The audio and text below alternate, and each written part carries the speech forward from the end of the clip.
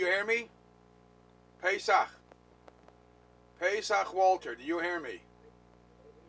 All right, Shalom Aleichem. So take off your echo, please. Take off your mic. Okay, Rabbi Isai, how many chevra do we have on? Let me just take off my thing. Oh, Dr. Biton from Switzerland just joined in. Doctor, see in the side, you can see somebody. Rabbi Isai, let me put on the recorder before I forget. You want to include? I started recording. Yeah, it's fine. All right, Rabbi Isai, Shalom Aleichem.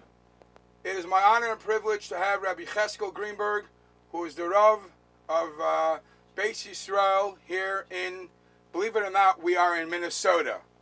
So in St. Louis Park, Minnesota, Rabbi Yechezkel Greenberg is the Rav, and it's closer than Shleishim Yayim Lifnei HaChag, and we have the Pesach Shivers.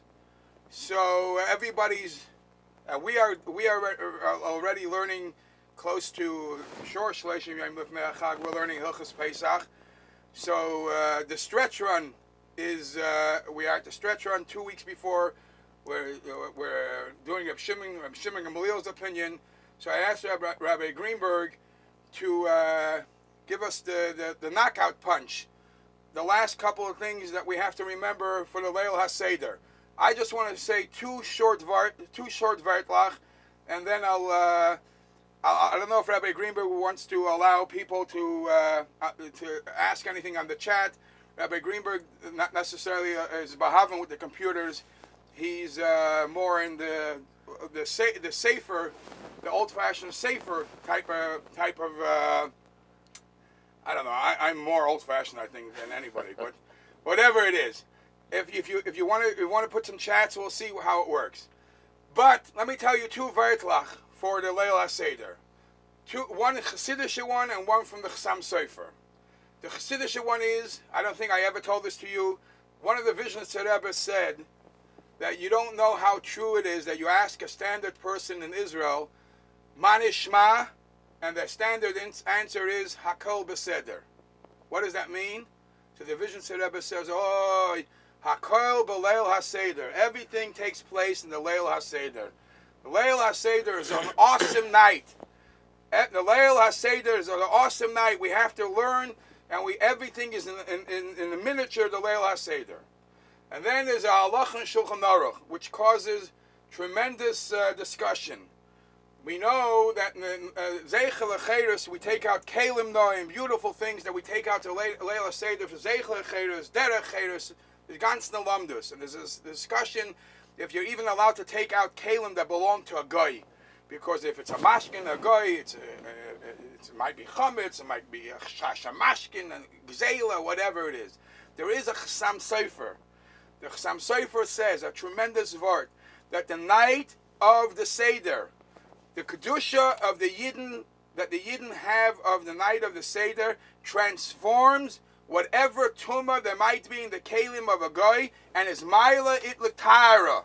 So Rabbi Isai, make sure that we gear ourselves up properly. These 2 weeks that we have now, Chaparain, make sure we prepare ourselves properly for the night of Seder. And Baruch Hashem, we have the right person to help us do this. And ask what you have to do.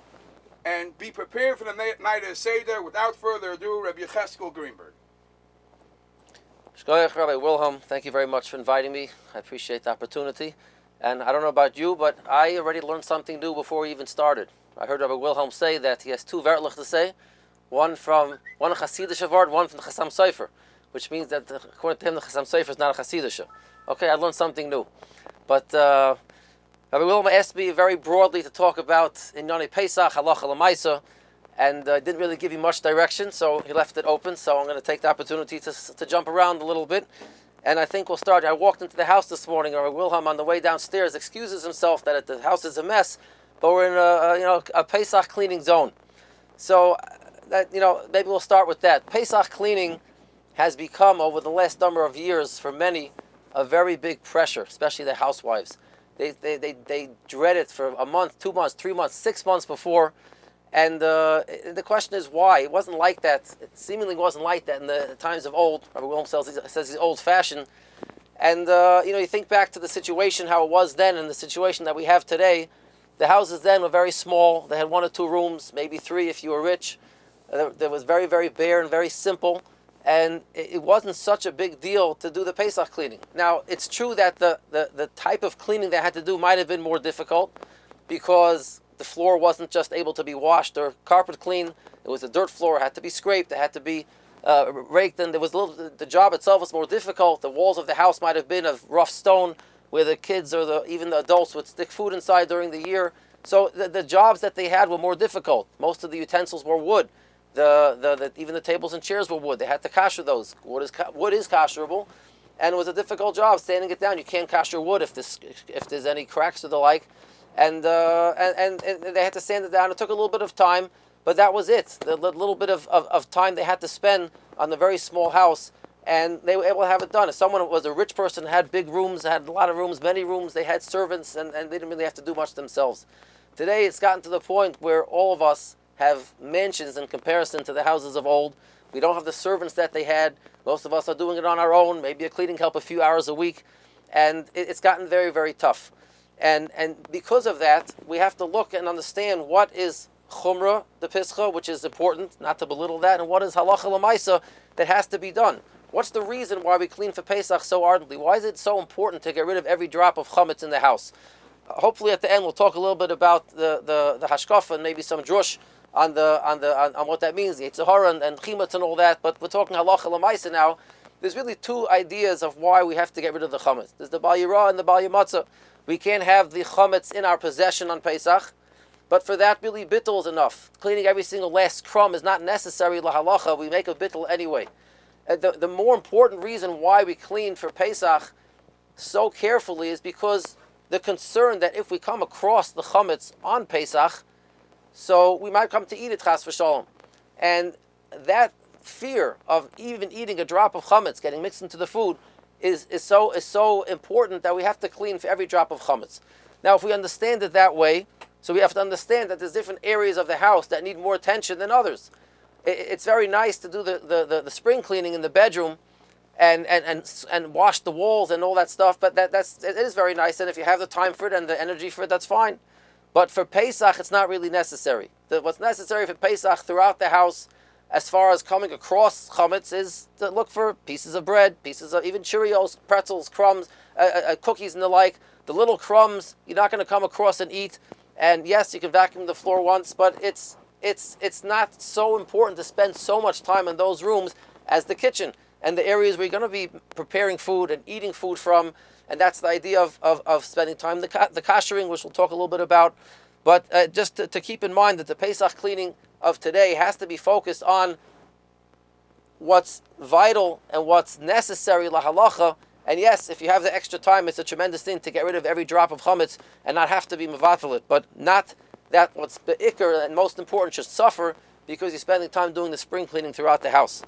Now, another area of the lead up to Pesach is it's interesting in Chelakei, which of Mishnah Berurah, which focuses mainly on Pesach. In the first halacha, the Ramah talks about the kimcha de pischa, the mois chitim, that Klal Yisrael is a Am Kadosh, and when we have a yontif of Pesach that comes, and it's an expensive yontif for anyone and everyone, and many people can't make ends meet even during the year, certainly when it comes to Pesach. And in halacha tells us we have to be worried about those people, and we have to ensure that they have what they need for Pesach. It's the very first Ramah in Chelakei, and it's interesting that in the end of Chelakei, the last siman, in siman Tav Kuf Chav Tes, which is already hilchos Yom Tif, but the Mechaber points out that it's important for Simchas Yom Tif, for the men, for the women, for the children to take care of their needs. And then the Mechaber points out, he quotes actually Mishnah Berurah quotes the words of the Rambam, that the Rambam says that it's most important that the Mechaber says a little bit. The Mechaber says chayiv lahachil leger liyasim la'amonim sharaniyim, and it's important to take care of the people, the people who are wanting. And the Mishnah Berurah brings, it says in the pasuk, v'halevi v'hager ha'yasayim avamisha noyel dalsei chatzera, someone who locks his house, v'oichel v'shoysehu banav v'ishtoi v'einoi machil u'mashkil aniyim, and he doesn't feed aniyim u'lemori nefesh ein zu simchas mitzvah ela simchas kreisoi. Ve'al elu nemar zevcheim kelechem einim lohem kaloichlo vitamu. Ki lachmom lenafsham tamehu v'simcha kezu kaloinu. Having simcha on your own without sharing it with others is a kaloin. It's a degradation. And he brings other psukim, and the Rambam talks about this. It's really a quote from the Rambam that the most manasa im hamlolim ban kom ba'ir shem is baishtim lifshet yad lavak. They're not even embarrassed to ask. It's our job to go out and search them out and to look for them.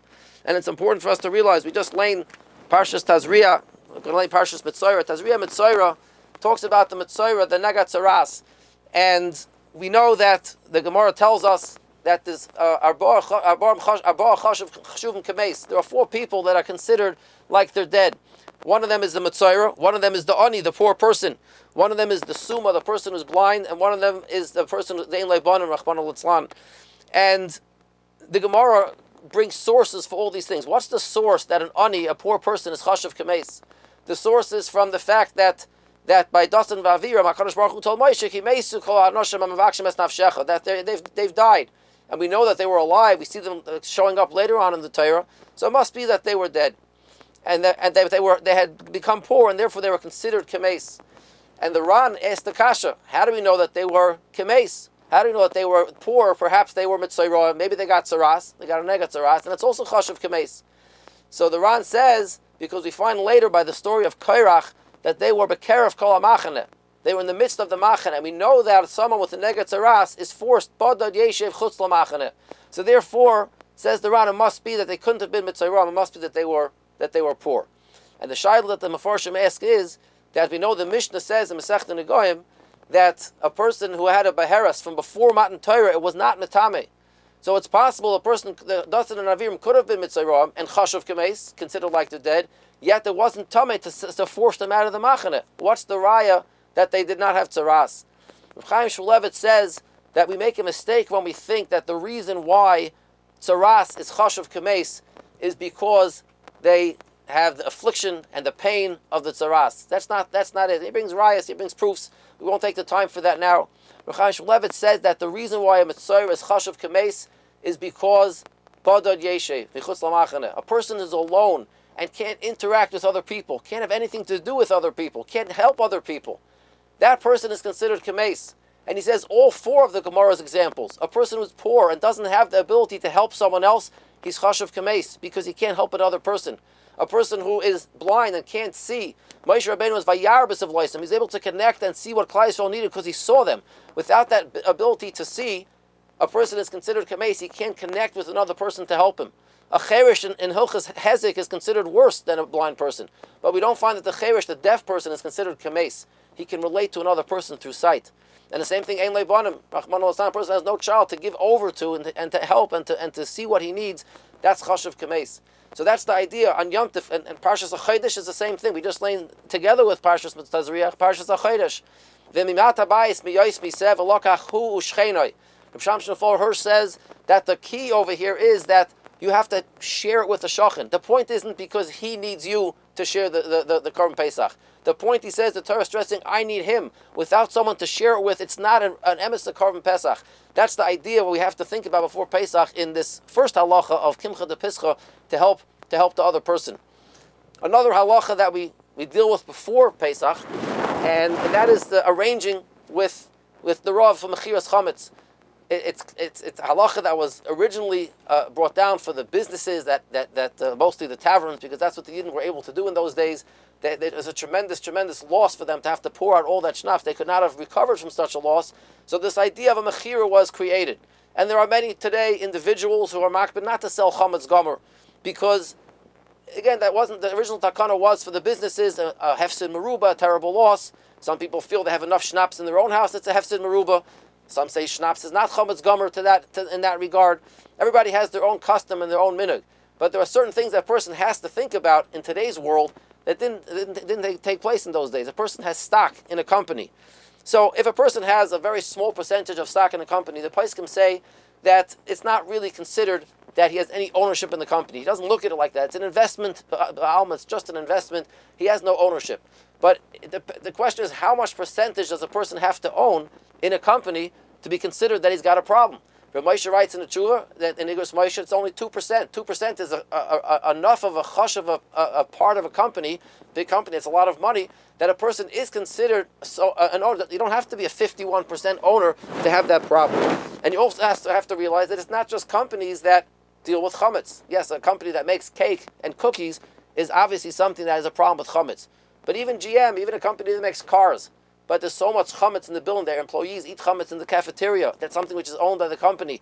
That's something which a person who is a part owner in the company would have a problem, would have to deal with. Moshe actually says he has to actually sell it on the stock market. You can ask your own Rav what the right way to go about that is with your own mechira. The biggest problem is that people who own nursing homes that have non-Jewish residents, that they're served chametz over Pesach.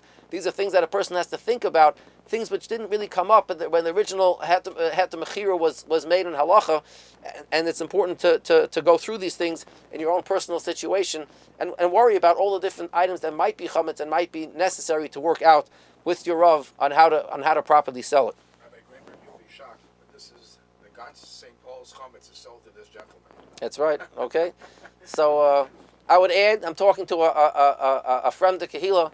It's the halacha says you're supposed to give money to the Rav for mechiras chametz, and there's a discussion about what exactly is the purpose of that money. Is it necessary for the mechira, for the sale to take effect?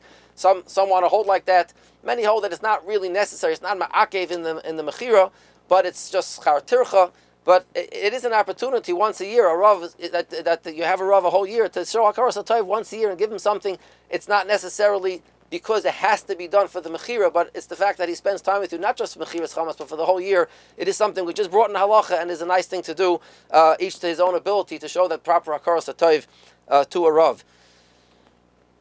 The other issue which is probably the biggest issue before Pesach is hechsher kalim. Hechsher kalim is, again, in the houses of old, it wasn't such a big deal. It was more just cleaning and not so much koshering. But on the other hand, the few kalim that they did have, even the spoons and the forks and the bowls and the plates, which is something today, most people aren't koshering those for Pesach. Most people today were affluent enough, even those who aren't affluent, in comparison to times of old, we are affluent enough that we buy new dishes for Pesach, and if we don't have a set of china for the sudas, we'll have a nice set of paper. It's not necessary to kosher everything that we have.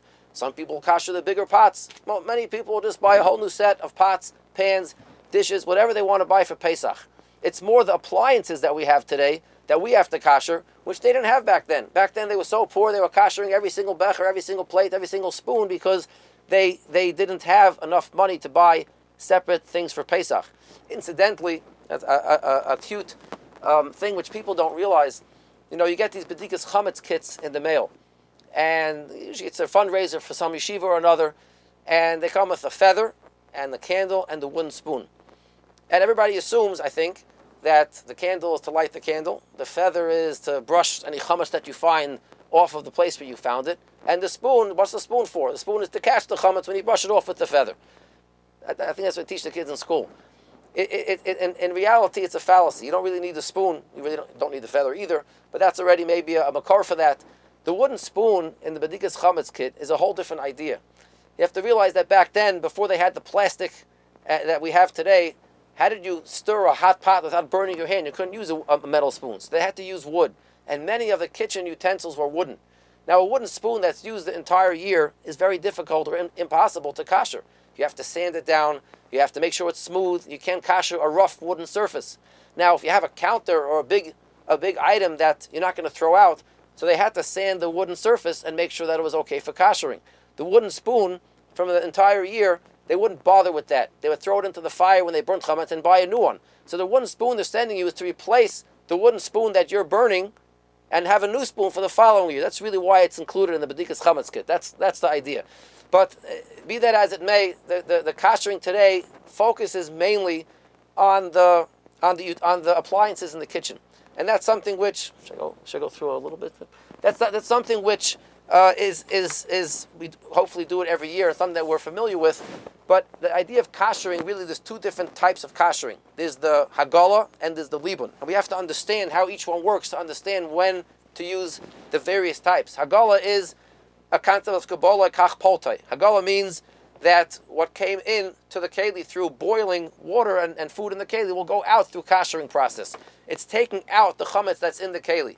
And anything that was used with chametz, with boiling, that's allowed to be done with hagala. Libun is burning out the chametz. Libun burns out the chametz. Libun could be used for anything. Even the things that we're allowed to do hagala on, you are allowed to do libun and burn out the chametz. Just many of those things will get ruined by the libun. So we use the kula, the ability to do hagala when we're able to. And it's let's talk about a few of the appliances in the kitchen. When you have the ovens. So there's a machlokes hapaiskim exactly what type of libun is necessary for Pesach. Baron Kotler, the Shiva from Lakewood, and many others held that if it's done properly, libun, even libun kal, meaning just taking it to the high temperature of, let's say 500 degrees, the highest temperature, basically the highest temperature the ovens go on, the broil. And if you don't use the oven for 24 hours and it's cleaned properly, there's no mamashas, there's no chametz left on the oven, you can do a libun kal. Rabbi Aaron used to say turn it on for 2 hours on broil. My Rosh Hashiva, Shmuel Kamenetsky, a Talmud says 1 hour is enough for libun kal, and they held that was okay. Many hold that the libun kal is only sufficient when we're doing kashering l'chumra. For example, in halacha it's referred to the tripod that the pot stands on. We have the metal grates on the stovetop, so it's not really something which needs kashering. It's constantly being burnt out unless the pot spills over and there's real chametz on there. Even that gets burned out pretty quickly. Things like that which were kashering l'chumra, so that even those who are more machmer on libun chamer would agree that libun kal is enough there. The oven racks inside an oven. Usually, no one's putting food directly on the oven racks. If you do, then it's different. But most people put a foil down. Something's inside a pan. If it's not that it touched the food directly, it's a chumrah to kasher it, and therefore the kashering can be done with libun kal. Although the oven racks inside the oven, usually if you're self-cleaning, it's going to have the libun chamer anyway. Rabbi Moshe Feinstein and many others held libun chamer is necessary. Libun chamer, before the self-clean was invented, meant taking a torch and touching every area of the oven, even for a few minutes, according to some, with the direct flame of the torch. The torch has got to be 1,000, 2,000 degrees. And that was libun chamer. Today, with the self-cleaning ovens, those self-cleaning ovens, until recently reached 800-900 degrees, which is, you leave it on for the cycle 3 hours, 3.5 hours, 4 hours, whatever the cycle is, and each oven is different. That would be considered libun chamer. When you're doing libun chamer, it's not necessary to wait the 24 hours before, and you don't really have to clean the oven with easy off beforehand because it's going to get burned out. And there are some new ovens these days, because the self-cleaning ovens have been shown to self-destruct after a certain number of self-clean cycles. So there are certain ovens that... The screen went off. Is that the... Okay. I don't have the